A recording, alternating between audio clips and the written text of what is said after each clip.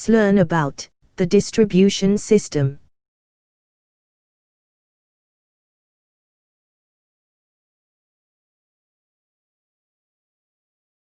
This system is more organized, as the main circuit is drawn to several distribution centers, and then connected to the distribution boards. Connections are drawn from these distribution boards.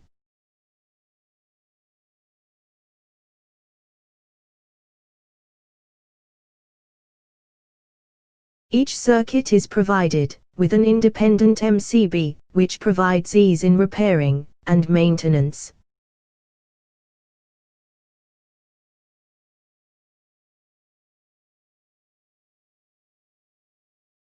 As you can see here, there are 5 highlighted wires, which are drawn from the MCB board.